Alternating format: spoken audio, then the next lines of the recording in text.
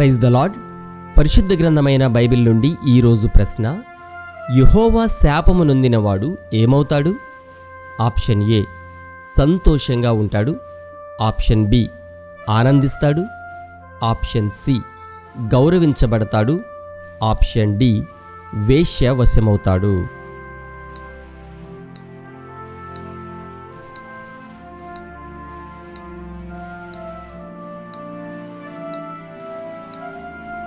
సరైన జవాబు వేశ్య వశమవుతాడు.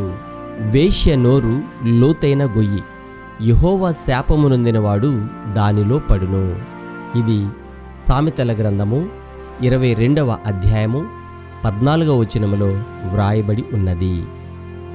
సమస్త దేశములారా యెహోవాకు ఉత్సాహగానము చేయుడి, సంతోషంతో యెహోవాను సేవించుడి.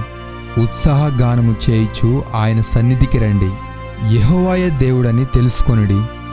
ఆయనే మనలను పుట్టించెను, మనము ఆయన వారము, మనము ఆయన ప్రజలము, ఆయన మేపు గొర్రెలము.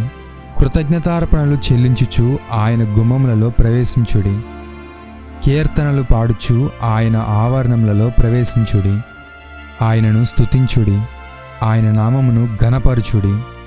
యెహోవా దయాళుడు, ఆయన కృప నిత్యముండును, ఆయన సత్యము తరతరములుండును. కీర్తనల గ్రంథము 100వ అధ్యాయము 1 నుండి 5వ వచనం వరకు. Have a nice day.